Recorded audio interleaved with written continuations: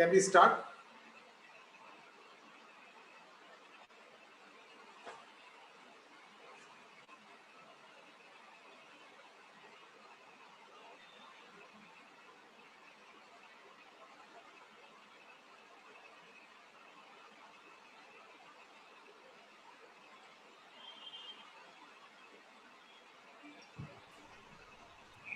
Good evening. Can we start? Yeah, please. Okay. So, respected Chairman, Dr. P.S. Taha, Teaching Faculty of PMS College of Dental Science and Research, our invited delegates, undergraduate and postgraduate students of our college, a warm good evening to you all. The speaker or the resource person for today is Dr. Rupesh Ramakrishnan. He is at present the professor and head of orthodontics and dentofacial orthopedics, PMS College of Dental Science and Research. He belongs to the 90 batch of Government Dental College Trivandrum, and he completed his BDS in the year 1997. And in the year 1997, he joined in the specialty of orthodontics and completed the postgraduate course at Government Dental College Calicut in the year 2000. Since then, he has been a full-time faculty at our esteemed institution. The topic selected for today is management of early skeletal malocclusion.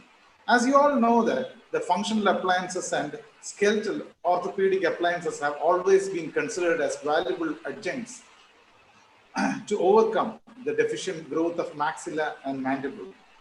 Injudicious use of these appliances can lead to prolonged orthodontic treatment as an aftermath of iatrogenic created malocclusion. In this webinar, we discuss the types of functional appliances, uses, advantages, disadvantages, And when is the optimal time to treat these early skeletal malocclusions? And our ultimate goal is to improve the facial profile, self-esteem, and above all, the psychosocial development of the patient. And as a special note, I'll request the host to mute all the participants, because during the lecture, we don't want unwanted chatter, I think, coming and disturbing the lecture. And I request all the participants to be on silent mode. And if you are in an area where the connectivity is a bit low, you can even switch off your video also. And this is the first time that this lecture is also being streamed live on YouTube. And I request all the participants to write down all your queries in the chat box, which will be answered by the resource person at the end of the lecture. And I request our speaker of the day, Dr. Rupesh Ramakrishnan, to start his lecture on management of early skeletal malocclusion. Dr. Rupesh, please. Good evening. Good evening to all of you. Before I start, I would like to thank our chairman, Dr. P.S. Taha, for giving me an opportunity to speak to you all on this particular occasion. I would also like to thank Dr. Rajesh Pillai, the PG director and the moderator of today's webinar, for his kind words of introduction. So without wasting much time, I will start with this discussion with a disclaimer. The topic that I am going to cover today is the very basics of identifying and treating some of the common skeletal malocclusions. It may seem a little simple to seasoned practitioners and the senior faculty, so kindly bear with me. However, that being said, I do hope that the students, both the undergraduate and the postgraduate, as well as some of the practitioners, will find something useful from this webinar.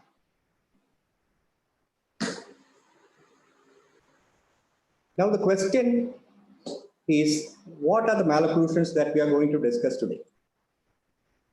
We are going to cover only skeletal problems, where the underlying bone is either poorly developed or overly developed. So these are the class 2 and the class 3 malocclusions, skeletal malocclusions. So what are these skeletal class 2 and class 3 malocclusions? As you can see in the slide, the skeletal class 2s are typically underdeveloped mandible, and the class 3s are prognathic or forwardly positioned maxilla. There are also other types of class 2s and class 3s, but we will discuss that later. Now, why do we want to correct these malocclusions? Why don't we just leave it alone? This is where we need to look into some epidemiology. I can see that these malocclusions cover about 30% together of all malocclusions in our country. Now, that's a substantial number, and leaving these patients untreated has been proven to cause negative aesthetic, psychological, and social effects. So it's mandatory that we attempt to correct these malocclusions during their development itself. So how do you make a class 2 or a class 3 into a normal class 1 malocclusion? How are we going to deal with this? So we are going to deal with only the pre-adolescent, as I said earlier, we are only going to deal with the pre-adolescent cases and how to prevent these malocclusions from developing into a full-blown skeletal problem that may eventually require prolonged orthodontic correction or even surgical intervention. So how do you do it?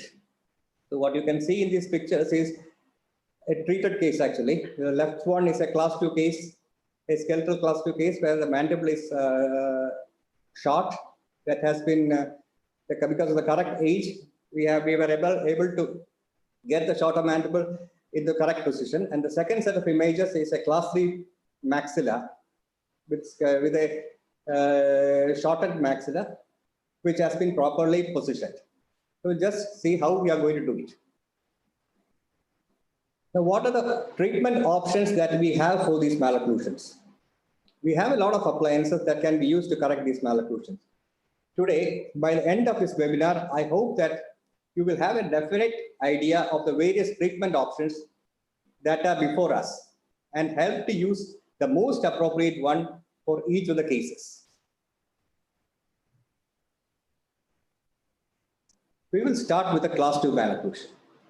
So what is a class 2? Class 2s are usually skeletal malocclusions. Skeletal class 2s are usually malocclusions where the lower molars are occluding a little distal to the upper molar, as you can see in the first picture. Now, the boy on the right picture, you can see a definitely underdeveloped mandible, shorter mandible. This is a 10-year-old boy with all classic class 2 features. You have a more than 10 mm overjet, a deep bite, and you also have a lip bite. And these are the cases that we are going to start with now. Now, how do you manage these cases?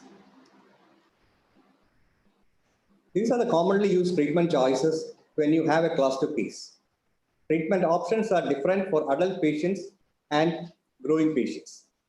So when you have an adult patient, mostly you end up with camouflage. Camouflage is where you're going to maybe extract a few teeth and correct the dental problem, not the skeletal problem. Then you may try to displace some tooth to correct the molar relationship. And if these are not all working, you have to end up in a surgery.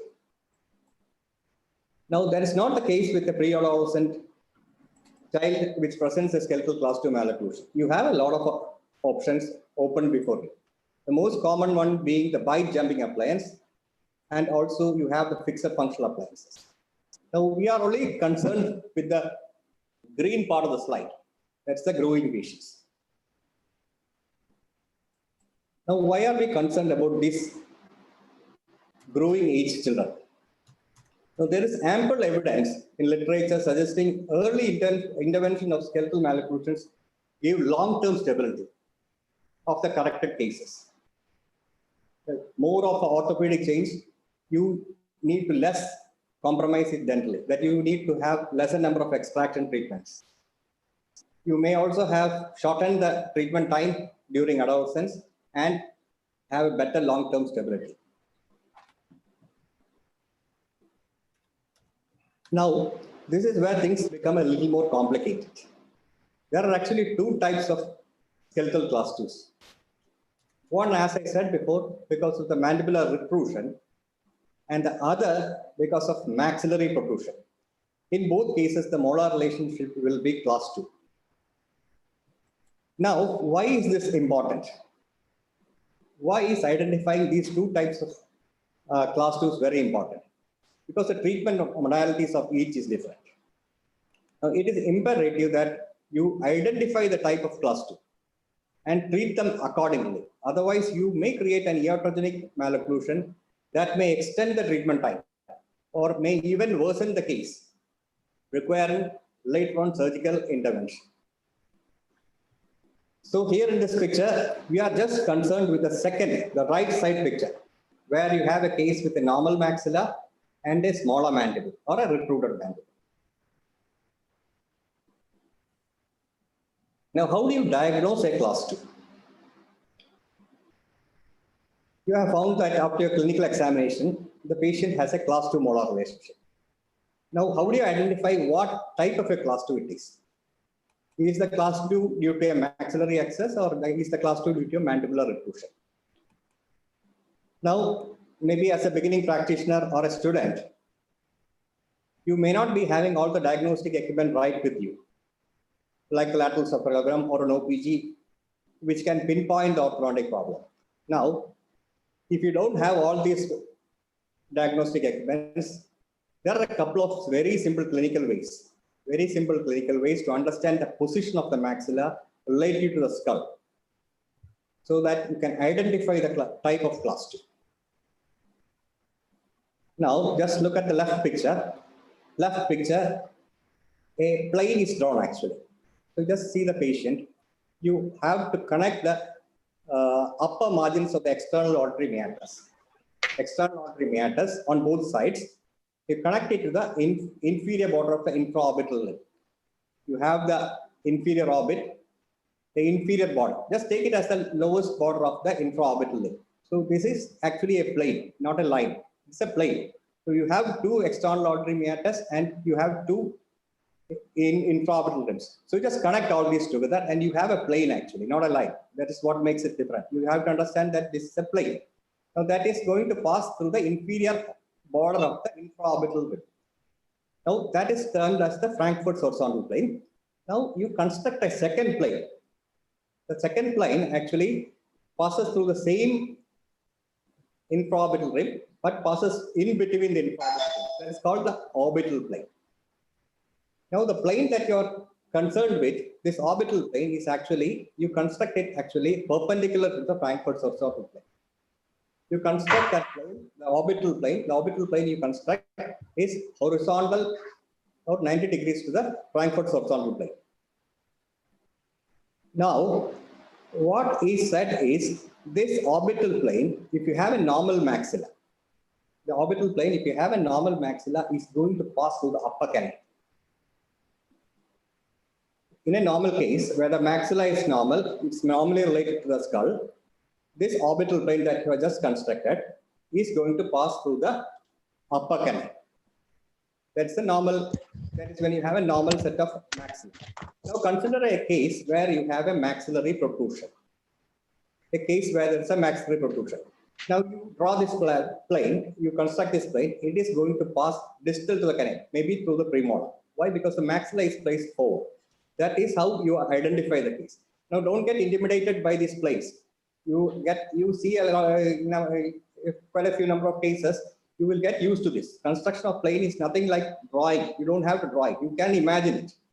It's very simple. I'll just repeat it once more. You have to connect the external auditory meatus on both sides to the infraorbital rim. That will make a plane. Now draw a line or a plane actually perpendicular to the Frankfurt's horizontal plane through the orbit, infraorbital rim. So that plane is going to pass through the canine normally. Now, if it is going to pass through the premolars, that gives you an idea that maxilla is spotlight. It is not the mandible at fault. Now, if you have a class 2 molar relationship and this plane is actually passing through the canine, then you can be quite sure that the case is because of a mandibular protrusion. And if you have a case of class 2, molar relation class 2, and you find that this plane is actually passing through the premolar, you can be sure that it is a maxillary protrusion. That is not the type of case that we are going to deal with today. We are going to deal with those cases where you have the orbital plane passing through the canine and still you have a class 2.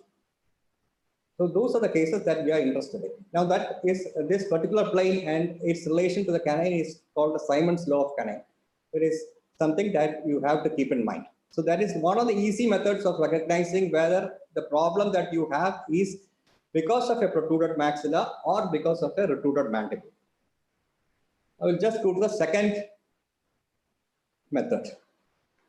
This method is a little more easier. This is what we actually do very quite frequently. Now, if you find that imagining planes on the patients is difficult, the simpler method is the VTO. VTO is otherwise known as the visual treatment objective. So, having a positive VTO means that the treatment by mandibular advancement is going to be successful. Now, how do you construct this VTO? So, how do you construct this visual treatment objective? You ask the patient to close the mouth. You just ask the patient to close the mouth by bringing the mandible forward to an end-on relationship. That's incisors are going to be end-on. You ask the patient just to close the mouth and keep the incisors at an end-on position. And then you ask the patient to close the lips. Now, if you have a straight and pleasing profile, you consider the VTO as positive. That is the first set of pictures on the left side. You can see that when the boy is closing the mouth and positioning the mandible anteriorly, you get a straight profile. It's actually better than what he has at rest. So that is the treatment objective, visualized treatment objective, where you have a positive VTO. Positive VTO means that the mandible is protruded and you can bring it forward by giving some sort of a functional appliance. That is the positive VTO. Now, you see the second set of case. where the girl, when she closes with the mandible forward, actually you get a bimaxillary protrusion. It's not that much pleasing as the first set of pictures. So that is this that is where you have the mandible normal, and when you bring the mandible forward, it is actually creating a convex profile. That is because the mandible itself is normal to start with. And you're going to bring it forward, you will get a convex profile and a bimaxillary profile because the maxilla is proclined. The class 2 that is there in that girl is because of a proclined maxilla. The proclined maxilla is causing the class 2. So that is where the video is important. This is a very simple method of understanding whether you have a class 2 because of maxillary protrusion or not. You have a bad video or a negative video, it is usually due to a maxillary protrusion. So you are not supposed to do a fixed functional appliance or a functional appliance or a bite jumper in those cases. So only those cases where you have a positive video, you have a underdeveloped mandible, and you are going to give a class 2 corrector. Well, actually, that is the video. But with these two simple ways of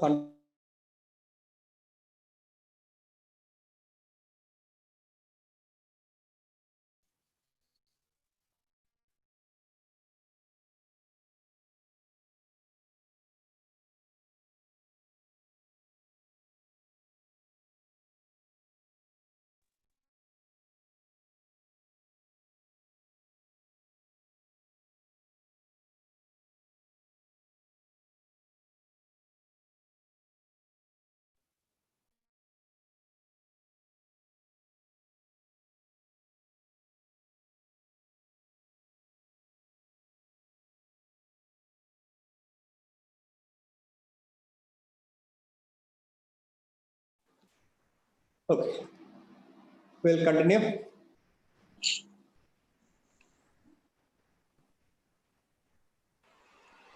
Yes, please.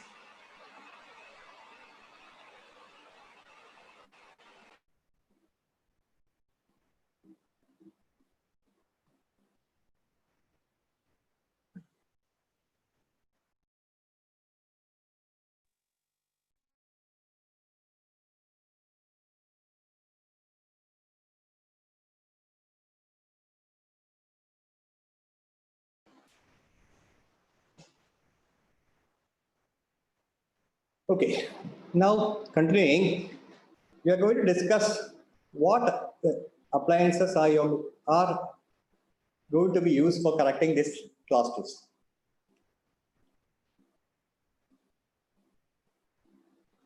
Okay, the first appliance is a twin block. Later on, we'll be discussing the Frankel appliance. And lastly, we will be discussing the forces appliance. So we'll start with the twin block appliance. So this is the first appliance that I want to talk to you about. It's an appliance that has been around for more than 20 years. And the design has been perfected over the period of time that it works wonderfully now. It's got a simple design with two simple upper and removable plates. The working parts are two occlusal blocks at an angle to each other. That you can see in the second picture. These are two blocks at an angle, so that when the appliance is inserted and the child closes his mouth, his mandible actually slides forward into an anterior position because of the blocks. These blocks have an angle at such a position that you move the mandible. You have to move the mandible forward if you want to close the jaw. That's how it is designed. So the mandible slides to an anterior position because of the blocks. He can only close his mouth with the mandible position anteriorly. Now, this is how it works. Now, it has three stages of treatment. The first is the active phase. Actually, you insert the appliance. The patient is started using that appliance regularly. You start with the active phase. The active phase, actually, you trim the block. The upper block is trimmed per appointment every 3 weeks. Actually, you trim it 0.5 millimeter or 1 millimeter every appointment, allowing the lower molars to erupt. If you have the block in position, the molars can't erupt. So if you are going to trim it at regular intervals, allowing the lower molars to erupt. This has two uses actually. One is it corrects the deep bite, which is usually associated with a class 2 division 1 malocclusion. It corrects the deep bite. And also, because the mandible is placed forward, because of the bite, the mandible is placed forward, this molar is going to erupt into a class 1 molar relationship. Now, during the second phase, it's also known as the supportive phase, you give an anterior inclined bite plane. That is in the upper arch. You have trimmed the appliance completely. You have stopped the appliance maybe after 6 months. 6 months of use, the active phase. You start the supportive phase where you are going to discontinue the twin block. Now the supportive phase usually consists of an anterior inclined bite plane, which is usually inserted into the upper arch. Now what happens at this phase is the premolars are allowed to erupt because you don't have a lower block there. The premolars are going to erupt. And during this eruption, you get an almost normal class 1 malocclusion. This phase usually lasts for another 4 months. And after the premolars have erupted, you still continue to use this appliance as a retention for maybe another 4 months. So actually the whole time, average time that you have to spend with a twin block appliance in place is around 8 to 12 months. During this phase, the molars are going to erupt. That is going to correct the deep bite. And since because of the blocks, you keep the mandible forward continuously, you actually have growth in the mandible. So you have growth in the mandibular length is going to increase, the molar relationship is going to get corrected to class 1, and also the deep bite is also going to get corrected. So that is the twin block. It's a very simple appliance, very easy to wear appliance, and usually the patient gets very well acclimatized to this appliance very fast. Now we'll just see a couple of cases which has been treated with twin block in our department. This is the first case, a 10-year-old girl who complained of protrusion and spacing in the upper arch. You can see that she has more than 10 millimeters overjet and a class 2 molar and canine relationship on both sides. So this is a classic case where you can use a twin block appliance. So if you want to go into more diagnostic procedures as to the age of the patient, you can see as in the middle radiograph, you can take a hand rest radiograph. That will give you an idea definitely what the age of the patient is, developmental age of the patient is, but for the normal clinical practice, you don't need that actually. So this is what it looks like. When the VTO is positive, you have a positive VTO itself, you can decide that any mandibular advancement technique is going to work. So she has a very positive VTO, and the twin block was delivered. So in this particular case, there was a slight modification done to the upper twin block. Instead of the normal label bow, we have given a Roberts retractor. Now, those who know about Roberts retractor, it's a very active appliance that it is an appliance that usually very efficiently closes anterior space. So this the normal label bow was switched to a this patient is having a lot of anterior space, and this is going to close the space very fast. So that is the first modification that has been done on the upper block. And the second modification, and as you can see, is an expansion screw. Because there is a slight constriction of our upper arch, this expansion screw also has been integrated into the upper block. Now the middle picture actually shows the two blocks working together. So the sliding part of the block actually makes the mandible move forward every time the child closes. So that is a mode of action of the block. You can see the lower block here. Lower block has one modification in it. It's an incisal capping. Now what happens is when you continuously keep the mandible forward or push the mandible forward, there is a chance that the lower anteriors can flare or it can procline actually. So if you cap the incisors or you cover it with acrylic like this in the last picture, the stability of the lower incisors is going to be moved. So that is the modification that has been done here. So there is actually 3 modifications. One is a Roberts retractor included in the upper arch. You have an expansion screw in the upper arch, and also you have the incisal capping.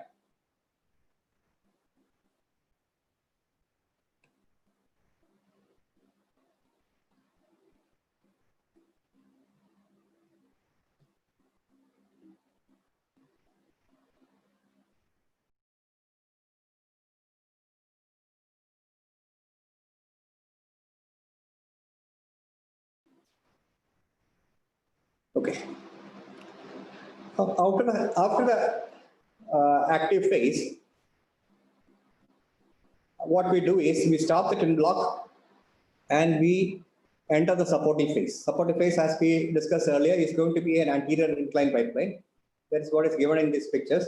Anterior inclined biplane keeps the mandible forward, actually. Reminds the patient that you have to bite forward.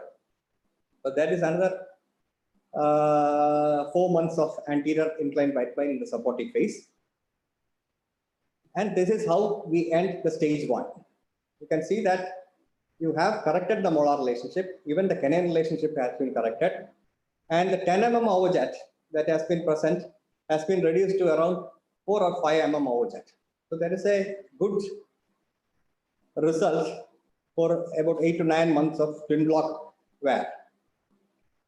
Now, this girl was strapped up with a pre-adjusted edge device, and you don't need much of an intervention with a pre-adjusted device in this case, because all we need to do is correct the spacing, and we have a minor set of settling to do on both sides of the arch. So that's what we did with the pre-adjusted device, the fixed appliance. And this is how we ended up. We can see that you have a perfect set of buccal occlusion, posterior occlusion, very good intercuspation. You have a coinciding set of midlines, upper and lower. The profile has very much changed. And this is how we started, and this is how we ended it. So that is what a twin block can do. A twin block can do wonderful things if you're going to have, if you can identify the correct patient where you can give it to. So it is mandatory that this twin block is to be given only in a case where you have a shorter mandible or an underdeveloped mandible, and that too in a growing age. So those who are interested in what changes have happened skeletally, this is a superimposition of the pre-treatment and the post-treatment lateral cephalograph. You can see the mandible has indeed grown. The red drawing is the post-treatment. The red drawing that you see is the post-treatment. You can actually see the mandible being positioned anteriorly. And in the upper arch, you can see that the incisors have tipped. This incisor tipping is basically because you have started with that robot retractor that has closed much of the space, and later on, of course, your fixed appliance has settled things up. So that is how the upper arch has changed. You have a correction of procreation in the upper arch, and the most dramatic change is in the lower arch. You can see that the mandible has actually grown. Mandibular growth has actually happened, and all these changes what we have done are skeletal actually.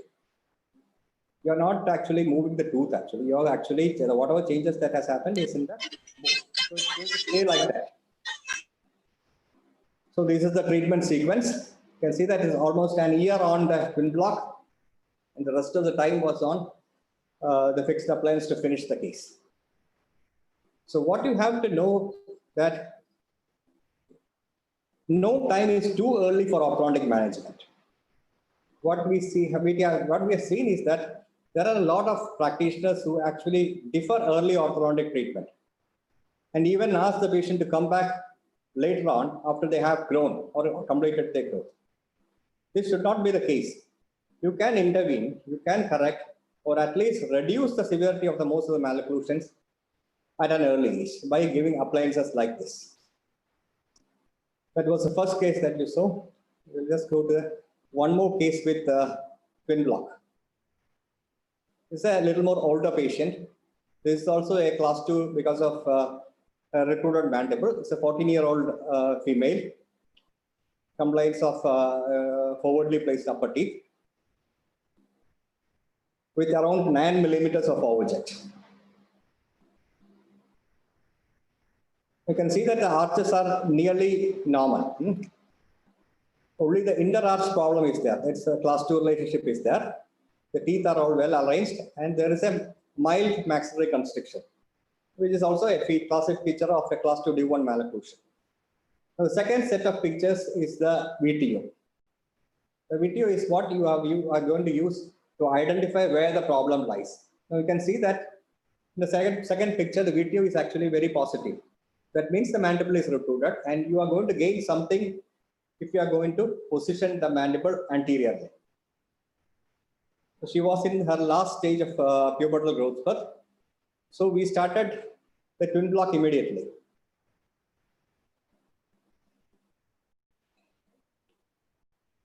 So expansion screw, as in the earlier case, was added because there's a mild maxillary constriction, and also the incisor capping has been added to this case also to prevent the incisors from proclining. Now this is the end of stage 1. Stage 1 is the end of the twin block case, where you have a perfect anteroposterior relationship. Anteroposterior correction has already been done. You have normal class 1 molar relationship, a normal canine relationship on both sides, but still there is some settling to be done in the posterior occlusion. But this is expected because you are placing the blocks there. So posterior occlusion has to be settled with some sort of a fixed appliance. Now, after the active phase, you are going to give an anterior inclined biplane. So that is the retentive phase and the supportive phase. That is to be continued for another 6 months. Now, as you can see here, after the use period of close to an year, you have achieved the sagittal correction. You have a class 1 molar relationship, class 1 canine relationship on both sides, and the case has been started with the pre-adjusted edge device, and the settling has already been started. Now we only need a few more months to complete this case, but because of the current ongoing pandemic, she has not reported to the college, and we have yet a few months more work to do to complete this case. Now this is a superimposition. Whatever has been corrected right now, this is superimposition. You can see that the mandible has indeed grown, and that is how the class 2 has been corrected to a class 1. And this is the sequence of treatment, around 1 year on twin block and still ongoing on the fixed appliance treatment. So these are 2 examples of cases which has been treated with a very simple appliance, a twin block. Patients are very happy with this because it's not a cumbersome appliance, not a big appliance. They can easily wear it. And there are patients who actually chew with this appliance. They go to the school with the appliance. They're actually chew with the appliance. They're very comfortable with the appliance. So this is very effective. We have a lot of cases in our department being treated very excellently with a twin block. So that is something that you have to consider whenever you see a case with a short mandible or a retruded mandible or an underdeveloped mandible, but make sure that the patient is still in growing age. Now, having said that, we'll go to the next set of appliance. The next set of appliance that also is going to correct a retruded mandible. It's a little more complicated appliance, but still it is something that can be easily done. That's a Frankel function regulator. It was first put forward by Rolf Frankel, a German orthodontist. It's a myofunction appliance. Unlike the twin block, twin block is actually a tooth-borne appliance. Tooth-borne appliance means the whole appliance is actually attached or on the tooth. So whatever changes is going to happen is actually going to happen first on the tooth and then only later on to the bone. Now, unlike the twin block, what we have here with the Frankel appliance is it is a myofunctional appliance. Myofunctional appliance, in simple terms, what it means is it is not a tooth-borne appliance. Actually, it's a muscle-borne appliance. Muscle-borne appliance, or it's an appliance that is supported by the muscle. So that's a big difference. So that's a different use case of this appliance. Twin block is one set of appliance where you actually move the teeth and later on the bone. But the Frankel appliance, on the other hand, is not like that. You are going to correct the problem from the start with. So, what is this appliance, Frankel appliance? So this is how it looks like. You have a set of buccal shields on each side. You have a lip shield on the anterior side, and you have a lingual pad on the lower arch, inside lingual of the lower arch, and you have a set of wires that interconnect all these things. And don't get too much intimidated by this thing, because this is something that is going to be done in the lab. You're not going to bend it. You just take a impression, take a bite, and you're going to send it to the lab, and they are going to give it constructed to you. So don't get intimidated by the design of the appliance. The only thing that you want to do is, you are supposed to do is identify the appliance properly, identify the glaze properly, and take a bite with the mandible in a forward position. Now, what are the functions of each of these shields or the blocks? Now, as you can see here, you have two sets of buccal shields. The buccal shields actually are going to prevent the buccinator or the cheek muscles from constricting the arch.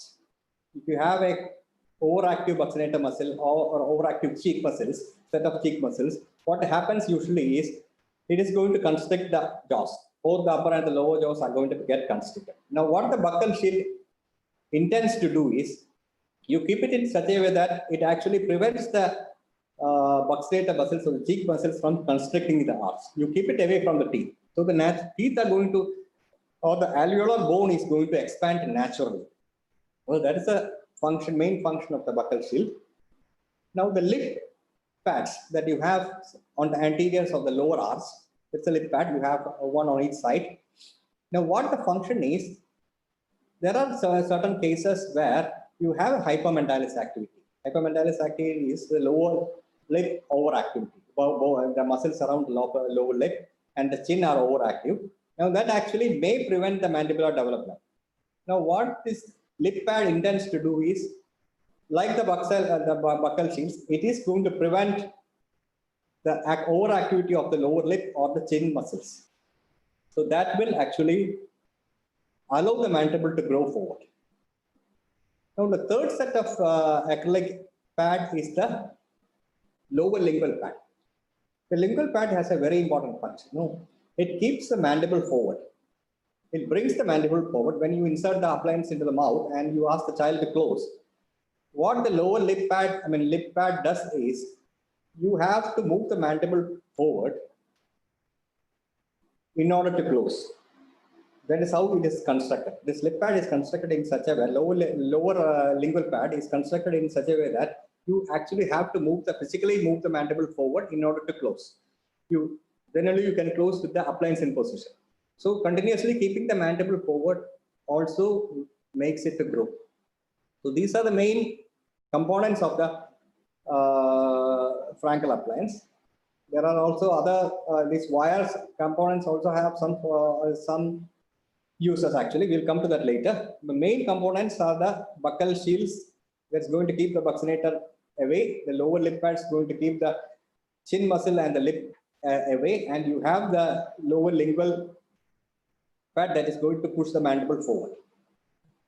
Just go through a couple of cases which has been successfully treated with the Frankel appliance. This is the first case. The 8-year-old girl who complained of upper spacing and propionation. She was still in a mixed dentition period, and the canines are yet to erupt. So you can see that this picture itself, you can see that the mandible is underdeveloped. We'll just see a video. This is how the video looks. You have brought the mandible forward and you have a straight profile. The lips are inactive. That may be the only thing that you can question about the video. Lips are inactive. That is why you don't have a perfect video. But still the video is good. You have a straight profile. So any mandibular advancement that you're going to do is going to give you good results. So the Frankel appliance was constructed and delivered. The patient being very cooperative, consistently wore the appliance. So the appliance was removed, and 6 months, I think 6 months was the period of wear of this appliance, and an anterior inclined biplane was given as a retentive phase. after the treatment with twin block. Now, once this twin block phase has completed, a pre-adjusted advice was bounded. This was to correct the settling of the premolars, molars, and the anteriors. The anteroposterior relationship has already been corrected. The class 2 molar relationship has already been corrected in the class 1, and you are left with just some amount of settling and a low crowding correction. And that was what was done with this pre-adjusted advice. Another 8 or 9 months of fixed appliance treated, and this is what we ended up with. A perfect class 1 molar relationship, perfect class 1 canine relationship on both sides, a coinciding midline, and a straight profile, and a very happy girl. So that is what the twin block, that is what the Frankel can do. These are the pre-treatment and the post-treatment comparisons. All the teeth are selected, and you have a perfect set of intercuspation on both sides, and you have a perfect profile also. So whatever is there, if at all anything can be said, is the chin. Now you have a slightly, you can see that the post-treatment photograph shows a very slightly deficient chin. Probably because of the hyperactivity of the muscles of the chin, the mentalis. Now this can be corrected at a later stage, if at all with an augmentation genoplasty, if at all the patient is concerned about it. But right now she is not at all concerned about it, and things are good. And the sequence of treatment is here. An year of treatment time with the FR2, Frankel 2 appliance. Then another 3 or 4 months with the supportive anterior inclined biplane, and a year of settling with fixed appliance. So what we have to say about this Frankel appliance is that the success of the treatment depends on the compliance of the patient. Unlike the twin block, which is a simple, very simple appliance, the patient will not have any problem of wearing the appliance. The Frankel appliance is different. Frankel is a little more bigger appliance, a little more cumbersome appliance, a little more compliance from the patient side is needed. If you have a very patient compliance, very good patient compliance, then this is the appliance of choice. It works much better than the Frankel appliance, and the results are more consistent because you have the mandible growing in both the length as well as the condyle. So that is about the Frankel appliance. So this is the superimposition of the particular case. You can see that the mandible has grown forward, and the incisors have been positioned correctly. Molar has become class 1, and some amount of changes has also occurred in the maxilla.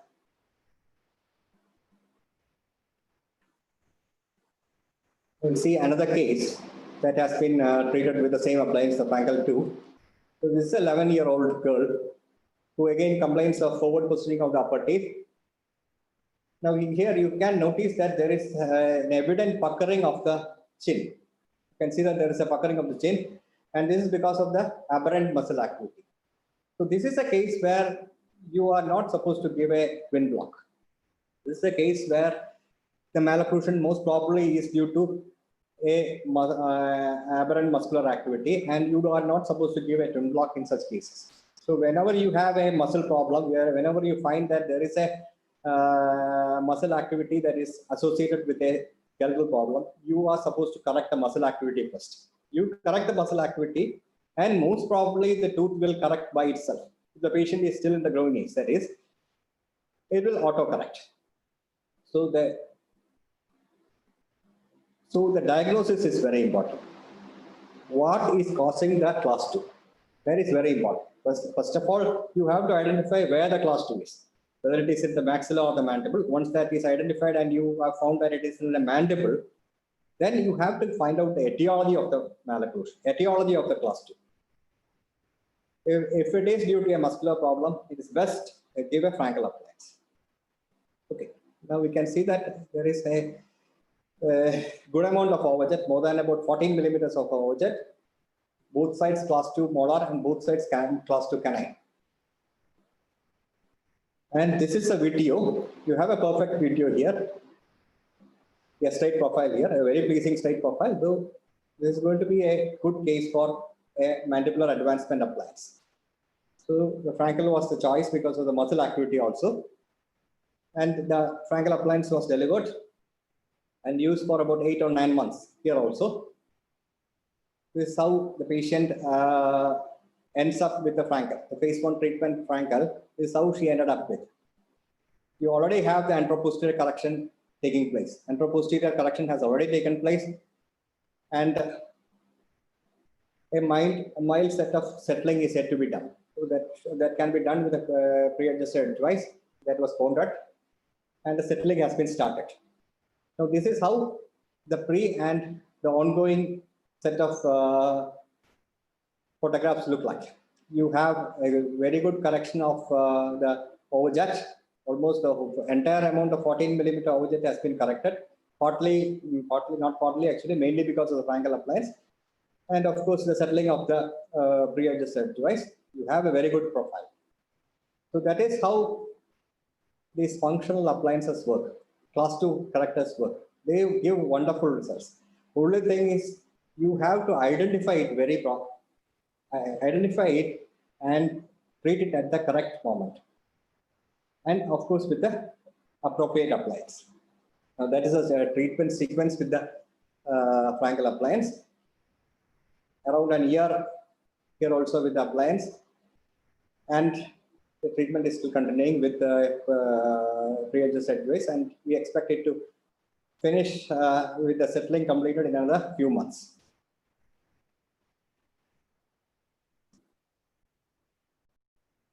So as I said earlier, we have a lot of class 2 correctors. A lot of appliances are there to correct class 2s. So what we were talking about till now were the removable functional appliances. Removable functional appliances which can correct a skeletal class 2 malocclusions. Now there are other sets of appliances that you can use for the same thing, to correct a protruded mandible. Now where to use each of these appliances is something where your diagnostic skills come in, your diagnostic abilities come in, where you are going to identify where the problem lies. So twin block usually used in cases where you have a deficient mandible, a normal maxilla, and with no aberrant muscle problems. The Frankel, on the other hand, is used when you have identified a muscular problem, either like a hyperactive mentalis, which prevents the mandible from growing, which is usually corrected by the lip pads that you have seen earlier, or a hyperactive mentalis, hyperactive buccinator muscle, which is managed by the buccal sheaths. Now, we are going to deal with one particular appliance only today. That is the forceps appliance, because that is one of the simplest fixed functional appliance that you can use. A very effective appliance that we have tried out in our department with consistent results. Now, why do you want to use this appliance? Why do you want to use this appliance instead of the removable appliance? Mostly because of compliance issues. These appliances, like the Frankel, as I said earlier, may have a problem with non-compliant patients. So non-cooperative patients may not show a good result if you give an appliance like Frankel. Twin block may be easier to manage, but a Frankel appliance will definitely be a little difficult for a non-compliant patient. Now, if you have a non-compliant patient, there is no way other than to give a fixed appliance.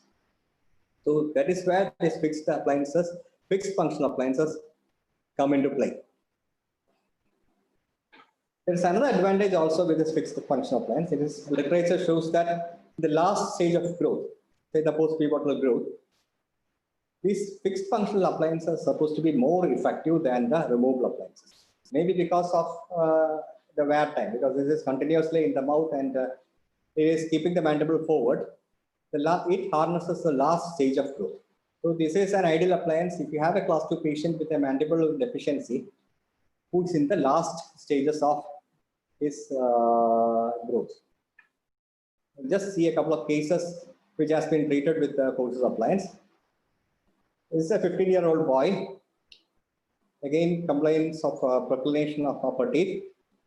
He has a class 2 canine on both sides and a mild lower anterior crowding. And definitely the upper incisors are proclined. Now it was decided to start with a fixed appliance, along with the forces to correct the class 2. A probable question that you may ask in this case is, why can't you just give a twin block for this patient? Instead of going in for a fixed appliance and then giving a fixed functional appliance, why can't you just start with a twin block appliance? Now you have 3 points against a twin block, using a twin block in this case. One is the boy is in the last stages of growth, 15-year-old boy, mostly in his post-pubertal growth, but that's in the last stages of growth. You can't take the risk of giving a removable functional appliance and the boy is not going to keep it properly or is non-compliant. That's not going to work. So that is one of the factors that is against the twin block. Now, if you view properly, in the last slide, you can see that there is lower incisor crowding. So that is another contraindication for giving a twin block. As I said earlier, whenever you are going to give something that pushes the mandible forward, it is also naturally going to push the incisors forward. Pushing the incisors forward means it is going to create some sort of a crowding in the lower anterior. Now, this patient already has a crowding there. So you are not going to make that crowding more by giving a twin blocker. So that's another contraindication for giving a twin block in this case. Now, the third point that is against twin block is that already you have some amount of lower incisor proclination. You can see that lower incisor proclined. Again, the same thing. Moving the lower anterior, lower molars forward, it's in a twin block, is naturally going to procline the lower incisors. So all these 3 contraindications point to something other than a twin block. So you're going to give a forces appliance to this patient. So just that picture shows the video. This is a near perfect video as you show in the previous patient. The mandible is brought forward and you have a very straight profile, very pleasing profile. So any sort of a functional appliance that is going to bring the mandible forward is going to work. Now, this is the forces appliance. This is a very simple appliance actually. You have an open coil spring. This is a tubular appliance actually. You have a coil spring there and a tube that is going to connect the upper molar and the lower canine. Lower canine is actually the archware on the lower canine. So this is an appliance that's going to connect the upper posteriors to the lower anteriors. Now you select the forces appliance in such a way that the length of the appliance in such a way that you have to keep the mandible forward if you want to close. That is how the appliance works. When the boy is going to close the mandible, because of the length of the appliance, because of the design of the appliance and the length that you have selected, you have to keep the mandible always forward. Then only he can close. Now that is how that patient, in the picture you can see that he has closed the mouth, and that itself has brought the mandible forward into a class 1 relationship. The molar and the canines are in class 1. And the forces always tries to keep the mandible in forward position. So that is the patient with the forces appliance in place. And this is how we ended up the case. By the end of the treatment, the patient has turned into an adult. The occlusion has settled well with class 1 canine and molar relationship on both sides, a very good buccal intercuspation, and he has been on retention with the bonded lingual retainers on both arms.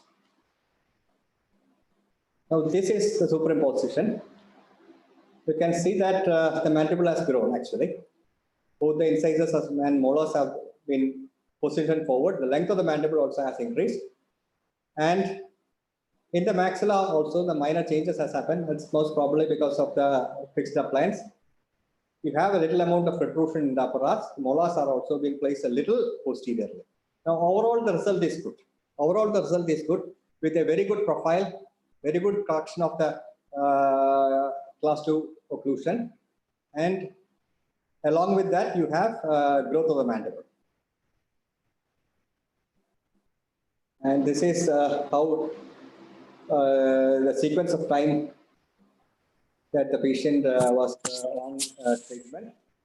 Around again 1.5 years on the pre-adjusted device, and 7 to 8 months on the forces, the fixed functional appliance. So these appliances work perfectly. Only thing is that you have to have a very good idea on which all cases you have to give which appliance, which all cases you have to give a twin block appliance, which all cases you have to give a Frankel appliance, and which all cases you can't give a removable appliance, which all cases are supposed to be treated with a fixed functional appliance along with a pre-adjusted device. We'll just go through one more set of cases on that has been treated with a twin block. Here also the late growth period adults, late growth post-pubertal male, 14-year-old male, who complains of the protrusion of upper teeth. Now, in this particular with this particular boy, there was a previous history of treatment of with a functional appliance. He was treated with a twin block appliance, which had failed actually due to compliance issues, because the patient was not cooperative. Even with the twin block appliance, the case actually failed, and he went into his post-pubertal growth spurt. Now, you can't use any other functional appliance other than a fixed functional appliance for a case like this, because already a non-compliant patient and a late growing patient, the last stage of growth, you have to harness whatever is there of the rest of the growth with a as fast as possible. So naturally, the fixed functional appliance is appliance of choice. Forces naturally here, and this is the video. Video is also positive here, except from a little amount of flaccid upper and lower lip. Otherwise, the video is perfect. That means you can give a mandibular advancement appliance to correct the mandibular problem. Again, the same appliance, forces has been given. Here also you can see that with the appliance in position, the mandible is brought forward. The canine is in class 1, molars are in class 1. So you continue giving this appliance for quite a few months. There is actually growth taking place. Growth actually takes place in the body of the mandible and also in the condylar region. So eventually what happens is the whole of the mandible is placed forward as well as grows. You have a little amount of growth in the mandible itself becomes bigger, and you also keep it forward. You are going to move it forward. So that is a skeletal correction that is going to happen, not a dental correction. Like whenever you are going to give a fixed appliance alone, you are not going to give any adjunct class 2 correctors. You are going to correct a case. Suppose you are going to correct a case with just a fixed appliance. You're not going to add any sort of a white jumper or a functional appliance to it. That's a different type of treatment that you're going to do. That is a camouflage treatment. I mean, most probably you're going to move the teeth alone. You're not going to move the bone. You're going to move the teeth alone and get the correction into class 1. Get the molars corrected from class 2 into class 1. Get the canine corrected from the class 2 into class 1. Those are all most probably a camouflage treatment, where you are not going to correct the underlying bone problem. So that is where these appliances, functional appliances as such, whether it is a removable appliance or a fixed functional appliance, the importance of these appliances come in at that stage. You have to identify the case. You have to identify that there is still growth left, which you can harness and give the appropriate type of functional appliance. Be it a removable appliance, be it a fixed appliance. You find the appropriate appliance for that particular case and give it. You are going to get good results. You are going to get a good result. You are going to get the mandible to grow and the profile to get straightened. And overall, it is a skeletal change, not a dental change. Okay, this is what has happened over the course of treatment. The mandible has indeed moved forward, and you have a class 1 molar relationship on both sides, class 1 canine relationship on side. You have a relatively good midline, and the upper and the lower arches are well aligned. So the superposition on the left side shows that the mandible has grown actually. You have a little growth of mandible, the incisors are brought forward, molars are brought forward, and the upper arch, you have the incisors retrocline. That's most probably the result of the fixed appliance, the pre-adjusted advice that is retracting the upper incisors. Overall, the result is very good. You have a placing profile and you have a good set of intercuspation. That is what is very important. Whenever you are going to finish a case, it is the intercuspation that is very important, the posterior intercuspation, because that is what is going to retain the case. If you don't have, you have finished the case and you find that your intercuspation is not good, your buccal intercuspation is not good, then naturally that treatment is going to fail. There is going to be a relapse. So whenever you are going to end the treatment, either with a removable appliance, either with a functional appliance, or with a fixed appliance, make sure that the case ends up with a very good set of intercuspation, posterior intercuspation. That is what is going to retain your treatment over the long period of time.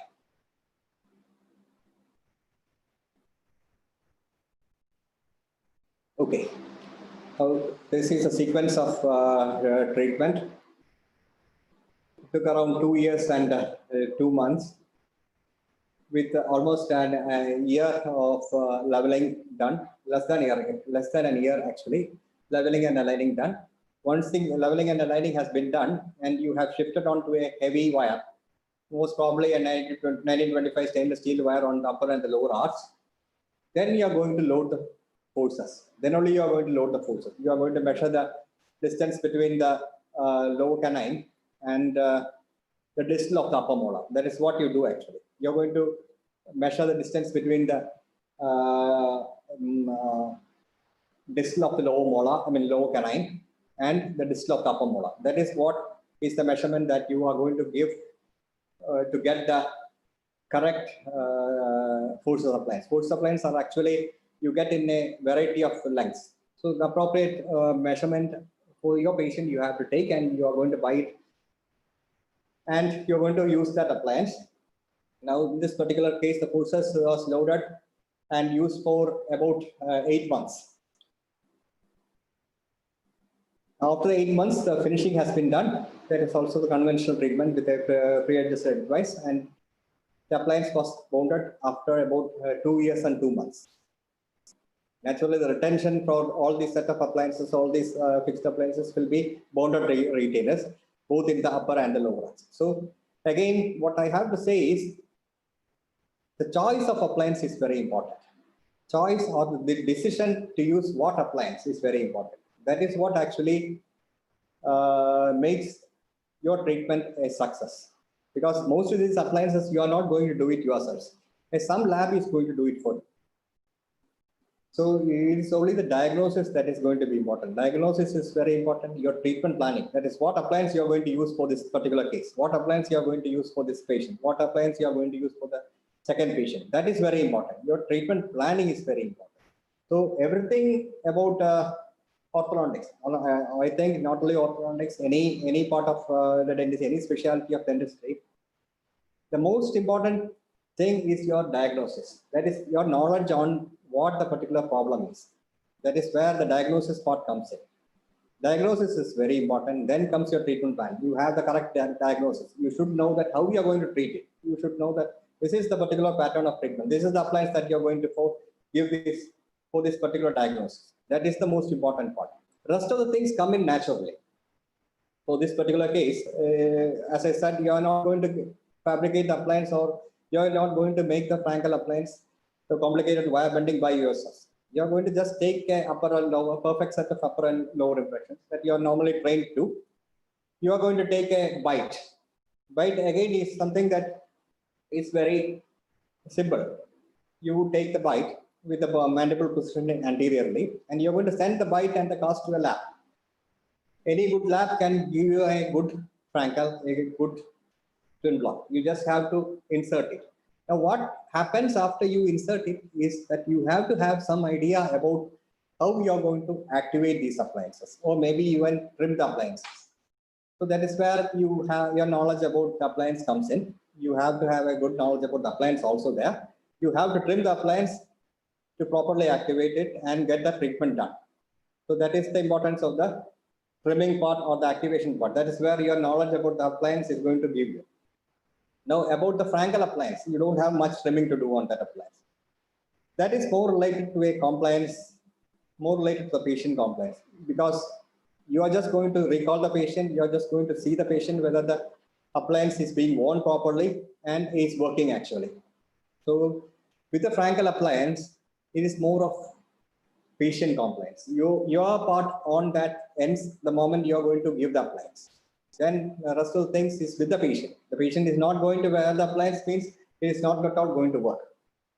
So that is why this Frankel appliance is not that popular. It's a perfect appliance. In fact, it's a perfect appliance in that it corrects a lot of more things than what I have told so far.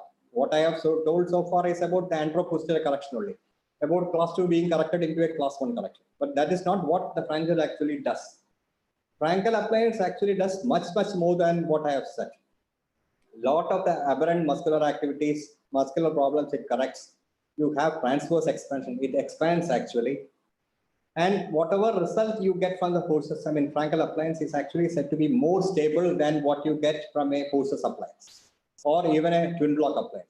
So the Frankel appliance actually is a very well designed appliance, and it is actually a very perfect appliance. The only problem is that it is a little cumbersome appliance. It's an appliance which needs a lot of patient compliance and dedication from the patient side to wear it. But if the patient wears it and he continues to wear it for some time, the results that you get are excellent.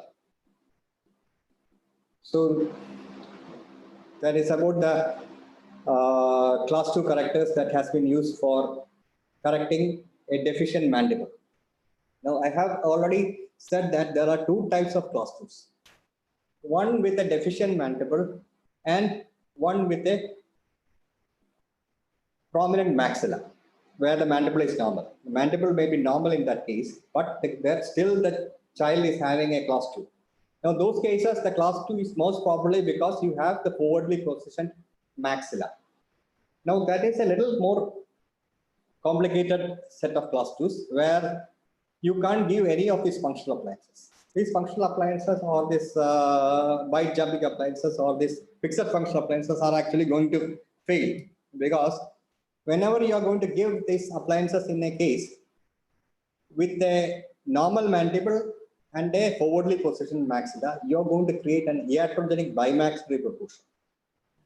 Iatrogenic bimaxillary protrusion means the maxilla already is protruded, and you have misdiagnosed the case as a mandibular protrusion.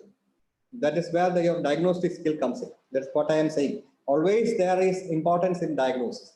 Everything is about diagnosis. You have to have a good diagnostic skill. Now, continuing with that, if you are going to give a class 2 corrector, a mandibular advancement corrector actually, in a case where you have a maxillary protrusion, there is a class 2. When you clinically examine the patient, intraorally you are going to examine the patient, you find that there is a class 2. And you think that it is because of a mandible deficiency. And you're going to give some sort of a class 2 corrector. What you're going to do is, you're going to pull the maxilla out, mandible out. Already the mandible is normal. You have a normal mandible, which you misdiagnosed, but you are going to still further pull the mandible out with a bite jumping appliance. You are going to end up with a class 2, bimaxillary protrusion, not a class 2. Molar relationship may correct. Molar relationship may correct. But the molar relationship is corrected because you have pulled the mandible forward. And that pulling the mandible forward has created a bimaxillary protrusion. So that's not the ideal case. So we'll just see a few cases where the maxilla is prognathic. What you can see is a girl. You can understand, I think, from the picture itself that the maxilla is placed forward. It's not actually placed forward, it's actually vertically exercised also. It is moved forward and also rotated clockwise. It is moved forward as well as vertically placed, vertically grown. So that is not an ideal case for a mandibular advancement. What you have to do in this case is you have to try to restrict the further growth of the maxilla. This being a child of 8 years, you can restrict the maxilla. Maxilla is growing till maybe 13 or 14 years or 15 years of age. So you have ample time to restrict the growth of maxilla. If you leave this case untreated, what happens? If you are going to leave this untreated, what is going to happen is the maxilla is still going to further grow. Along with that, the mandible is going to come out and it's going to be a skeletal bimaxillary protrusion, which may not be easy to correct with a orthodontic appliance. So that type of protrusion of the maxilla along with the protrusion of the mandible may not be easily corrected with a simple orthodontic appliance. Even if it is an extraction correction, it will be a camouflage correction. You extract the premolars and pull the incisors back. Maybe that proclination part will be corrected, but still the maxilla is placed forward. The vertical part you can't correct. So the ideal case or ideal treatment plan for this case, if it is a growing child actually, is to restrict the growth of the maxilla. Restricting the growth of the maxilla will actually correct the case. You are going to restrict the growth of the maxilla. It can't grow forward, and you are going to intrude the maxilla also in this case by some sort of an appliance. Your results will be far more better than later on after growth. You are going to extract the premolars, all the 4 premolars, and bringing the incisors back. So that is where the importance of identifying the prognathic maxilla in a class 2 case is. You identify the prognathic maxilla, and if you have the patient in the correct age, you are going to give some sort of a appliance that is going to restrict the maxilla. Now, how do you actually diagnose this case? How do you diagnose the case and find out the maxilla is at problem here rather than the mandible? It's the same thing. We discussed that earlier. The VTO. You just check the VTO. As I said, the VTO will never be positive here. The VTO, if you ask the child to go into the VTO mode, that is, you ask the child to keep the mandible forward, you are always going to end up in a bimaxillary protrusion. The profile is not going to be good. So that itself will give you an idea that maxilla is at fault. Then you can also use the second method that I have said earlier, the Simon's law of canine. You are going to see where that orbital plane is going to pass. Here, definitely in this case, it is going to pass through the premolars. That means you have the whole set of maxilla placed forward. It's going to pass through the premolars, means the maxilla itself is placed anteriorly. The whole set of maxilla is going to be placed anteriorly. Then only that Simon's orbital plane is going to pass through the premolars. So these are the 2 easy methods where you can identify whether the problem is because of a protrusive maxilla or protrusive mandible. So in this particular case, you find that you have a protrusive maxilla. Now, how do you treat a case like this? You are going to give something called a headgear. What you see here is a high pull headgear. High pull headgear is usually something that is going to pull the maxilla backwards. The second set of picture, you can see that arrow going up. The maxilla is actually being pulled upwards, along with it being pulled backwards. So that is the ideal set of appliance that you're going to give in a case where you have a maxillary excess, especially if you have a vertical excess also. Along with the anteroposterior excess, if you have a vertical excess, the most ideal appliance that you're going to give is a headgear.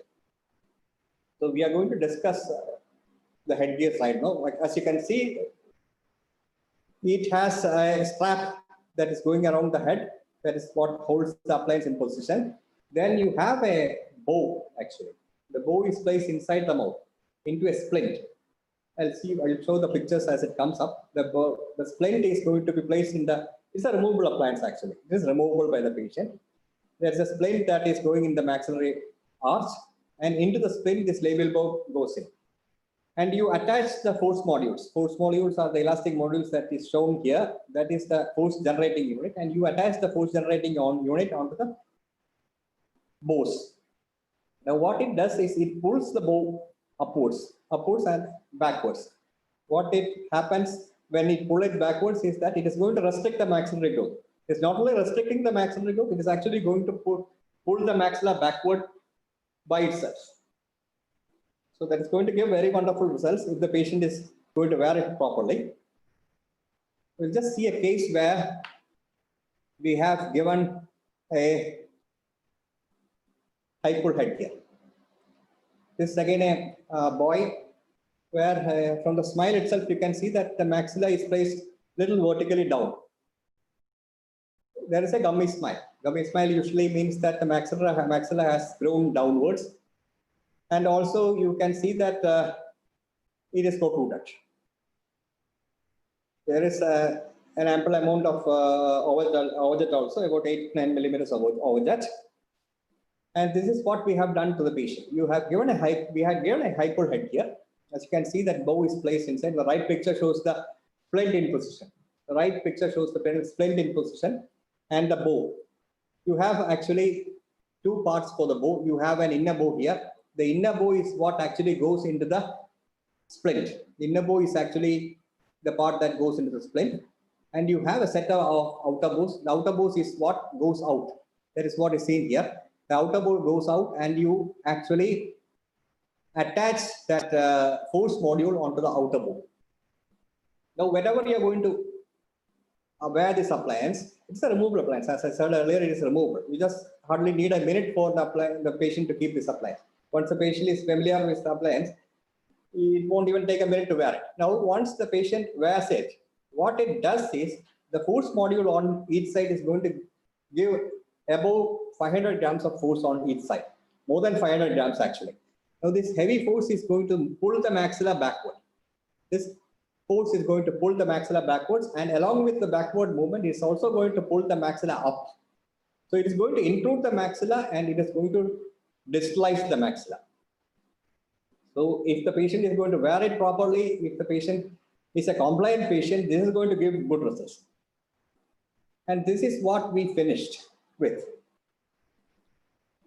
About a year of the appliance wear, this is what we finished with. So you can see that the maxilla, from the smile itself, we can see that the visibility has lessened actually. You can see the mandible, maxilla has intruded actually, and it has actually moved backwards. The overjet has reduced. So this is just the result with the hyper headgear alone. You have maxillary protrusion, you have maxillary intrusion. What we are left with is some amount of settling. Some amount of alignment is there in the anterior region, and you have a little amount of settling in the posterior region. So we started with the pre-adjusted edgewise, again due to slot of pre-adjusted edgewise, and we aligned the case and finished the case. So this is how we ended up. This is the end of the case. This is how we ended up with the case. You have a perfect occlusion. The intercuspation is perfect. Class 1 molar relationship, class 1 canine relationship. You have a perfect midline, and you have a very good arch also. And you can see from the patient external pictures that there is intrusion happening. All that's happened. The smile shows that maxillary intrusion has already happened, and the profile is very straight. So these are the type of results that you can get from a headgear. There are a lot of types of headgear. We are just talking about one set of headgear. Right. So this is the treatment sequence. About a year and a half, actually, more than a year and a half on headgear. So that covered most of its growth period. Now that using this headgear or any type of headgears, actually, so not only hyper headgear, any type of headgear during the growth period actually does two things. One is it pulls the maxilla inwards and upwards actually, but it also prevents any further movement of the maxilla forward. If there is any growth that would have happened if you hadn't given a headgear, it also, you have to take that also into account. So it actually two edges.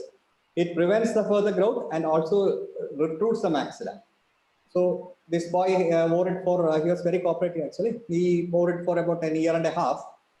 And we had good result with the intrusion and retraction of the maxilla. Then we did that pre-adjusted device where we had very little to do, actually little aligning only. And after that, the case was debonded and you had the patient on fixed retainers for quite some time. So the treatment, total treatment by time came to around 2 years and 8 months, close to 3 years. That is because of the external appliance that we had to give. Otherwise, it would have been a little more shorter. So what we told right now, till now, is a set of appliances that can be used to correct some simple skeletal malocclusions. Most of these skeletal malocclusions are in the growing period only, that I have said when we started the discussion. This is all about growing child. If you are going to have an adult patient with these malocclusions, the treatment plan is entirely different. Maybe you end up with a camouflage treatment by extracting the 4 premolars, or maybe you are going to end up with a surgery where the surgeon is going to bring the maxilla inwards or even bring the mandible forward, whatever the case may be. But that is not what we are intending to do. You, as a general dentist or a practitioner or a specialist or whatever it may be, it is imperative that you intervene with the case as early as possible. The moment you diagnose a problem, you feel that there's a problem coming up, you have to intervene it immediately. Not that you're going to ask the patient to wait till the growth is complete and then come back and then we will see what we can do. Not like that. You are, as a dentist, you are supposed to intervene it as early as possible. The moment you notice something that is going to happen, any growth problems or any malocclusion that is coming up, you try to prevent it, or you try to intervene or intercept it as early as possible.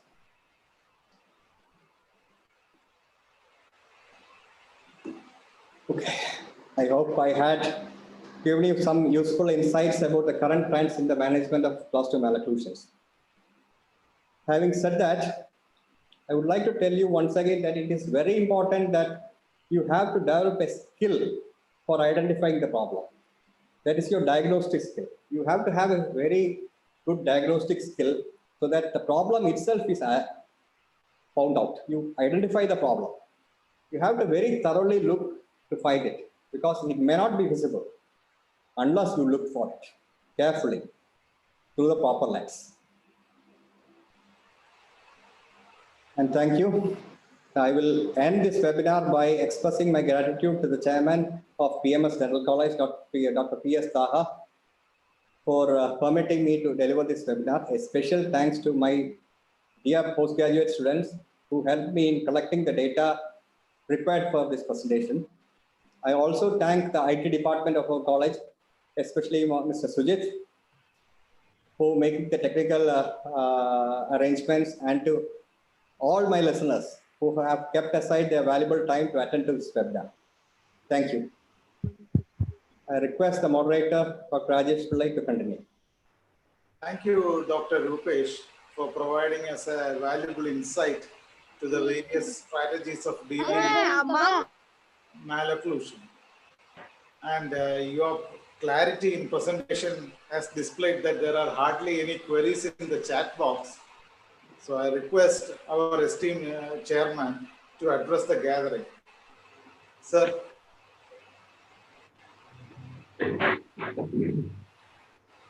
Yeah, Dr. Rupesh, Dr. Rajesh Pillai, Dr. Anil Ardeshana is there. He also joined the lecture. Dr. Manjit Singh is also there, and many of our old students and our faculty. I'm really happy that you have done a wonderful presentation.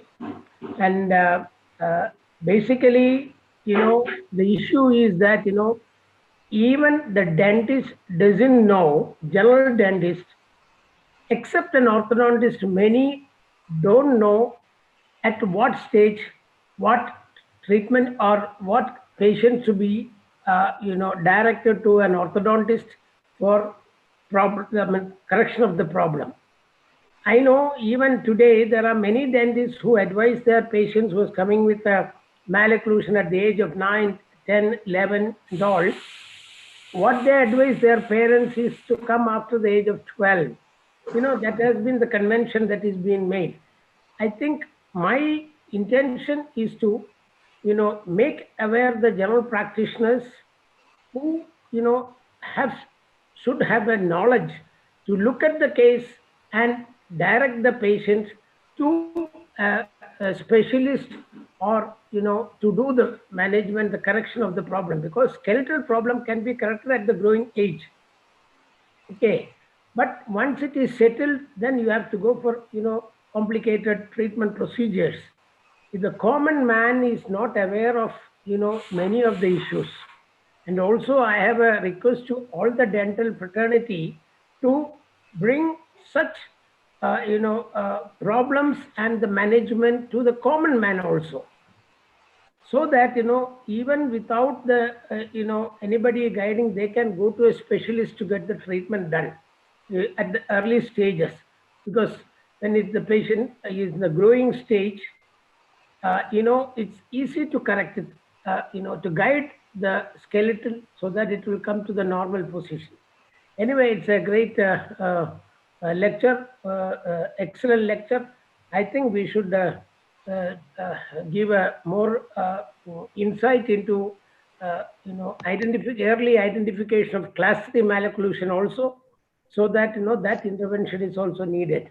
Okay, anyway, it's a good presentation. I thank Dr. Anil Ardeshna, Dr. Manjit Singh, and other my colleagues who have joined this webinar. And I thank Dr. Rajesh Pillai for being the moderator. And thank you all for the wonderful lecture, and those who all attended the presentation. Thank you. Thank you, sir, for sharing your thoughts with the audience. Dr. Rupesh, two questions have come up in the chat box. I'll just read out the first question. Are you there? Yeah, please. Yes, go ahead, please. The first question is from Dr. Mandi. Anticipating late mandibular growth, what are the things that as a general practitioner or as an orthodontist should keep in mind during mandibular advancement with the removable appliance in early days? Sir, I think the most important thing that you have to consider when you are going to deal with a late growth patient is the compliance. You have to identify whether the patient is compliant or not. If the patient is non-compliant, there is no point in giving a removable appliance. Removable bite jumper, any form of a bite jumper, any removable bite jumper, you won't be able to get good results if the patient is not compliant.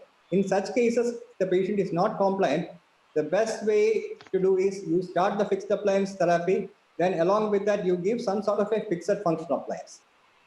A forceps or a Jasper jumper or anything like that would be the best choice to give if you have a patient, a late growing patient who is non-compliant.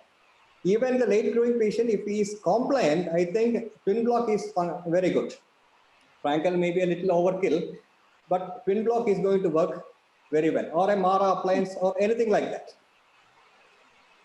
Okay, the second question is by Dr. Sanuj VP, and he's put up a query like how to assess the stage of growth with hand wrist radiographs. Could you please cite some examples with X-rays? Yeah, that is actually a topic by itself.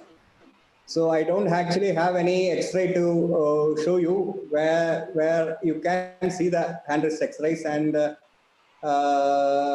stage of growth. You have a lot of methods by which you can assess the stage of growth. Usually you assess it by seeing the growth of the bone there. Some of the particular bones you he's got a problem with the yes, everything is associated with age, so it is related to age.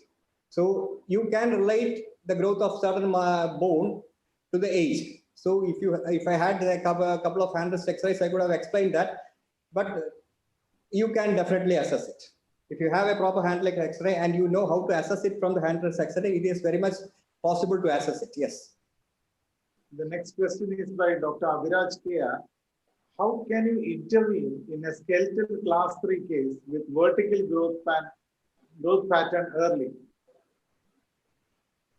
Class 3 case, yes. Class 3 case. Yes, a class 3 case and a vertical grower is actually a little difficult to manage actually. Usually most of the class 3 cases are vertical growers actually. So that again depends on where the problem is. You have a class 3 vertical grower with an excess mandible and in the growing period, then you can try a chin cup. Most probably you can try a chin cup which is going to pull the mandible backwards and intrude it actually. So that you will give some sort of a vertical correction. Now, again, if that, like the class 2, it can be because of a retrographic maxilla. If you have a retrographic maxilla and still a vertical grower, you can try a reverse pull headgear. But reverse pull headgear actually pulls the maxilla out. Whenever you pull the maxilla out, the vertical correction is going to happen because the maxilla is going to move forward. The mandible is going to auto rotate. That gives you some amount of correction of the vertical problem also. So I think that is it. It depends on where the problem is. You locate the problem. It's all on diagnosis. You have to locate whether it is the maxilla or the mandible that is having the problem and then decide upon it. The next question is there any decalcification problem with lower incisal capping in twin block appliances? No, I don't think you have any problem like that because you are not going to wear this appliance for a long period of time. And also this appliance is removable. You can clean it actually. You are going to remove it every time you are going to take food. So once you clean it up and you have a proper oral hygiene measures taken, I don't think that is a problem. Okay. Next question is, if the maxilla is prognathic and mandibular retrognathic, can we do twin block with headgear? Yes, that is a very good option actually. That is a very good option where that is what I said. You have a lot of types of class 2. What I told, what we were talking about is just a case where you have either the maxilla protrusion or a mandible retrographic. Now, to make things complicated, there are actually cases where these are together. A skeletal class 2 where you have a maxillary prognathism and a mandibular retrognathism.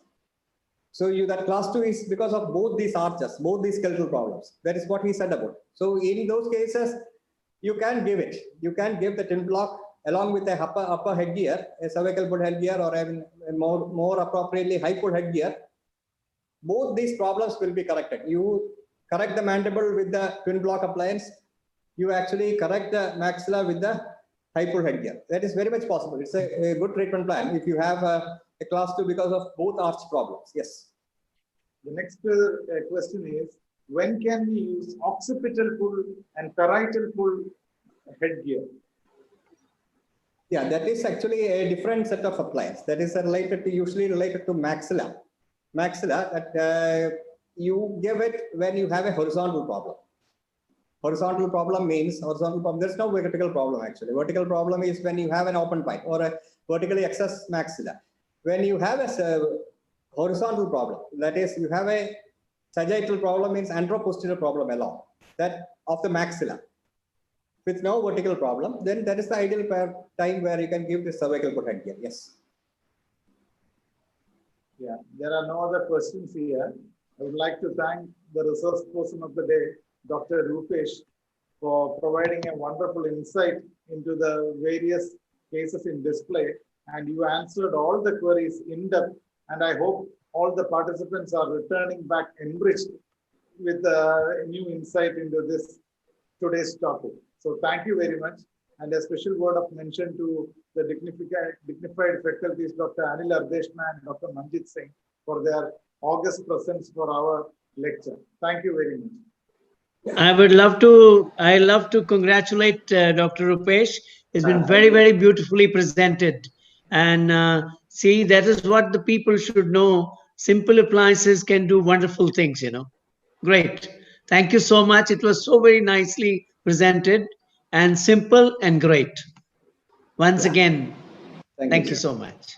Yeah, hi. If there's a couple of words I can say, It actually is wonderful to contact virtually with PMS college colleagues and friends, you know. Dr. Rupesh, you did a fantastic job really concisely presenting what orthodontics is all about. Quite often people think about orthodontics as just moving teeth. And I think you made an excellent case that, you know, as orthodontists, we really play a very fundamental role in the growth and development of the whole head and neck, the whole face. And the patient presents to us at a younger age, you know, we can do wonders in terms of actually improving their function, improving their health, improving their facial aesthetics, and all with simple appliances, you know. And again, it was a really fantastic thing. And hopefully the general dentist will appreciate what we as orthodontists can actually do in conjunction with our other colleagues. You know, there's a lot of intervention that is available. Thank you again. Yeah, Dr. Anil, nice to see you on the vaccine. So here to see everybody else. Great. Yeah, I'm at Bahrain. So thank you, sir, for your wonderful thoughts. And I again thank Rupesh for the wonderful lecture. That's it for the day. I wish everybody a warm good night. Thank you very much. Thank you.